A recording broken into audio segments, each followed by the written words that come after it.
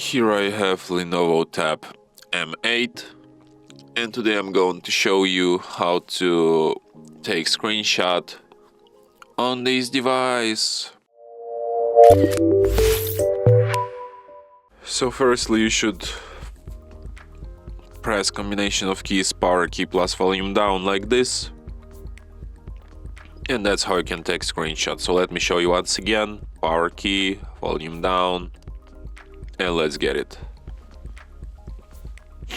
One last time, power key, volume down, and we got these screenshots. So when you're done taking screenshots, to find them, you should go to gallery,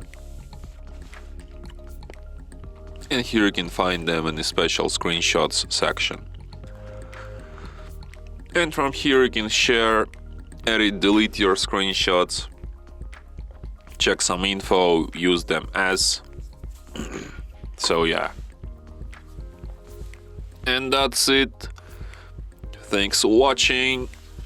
If you find this tutorial useful, don't forget to hit that like button and subscribe to our channel.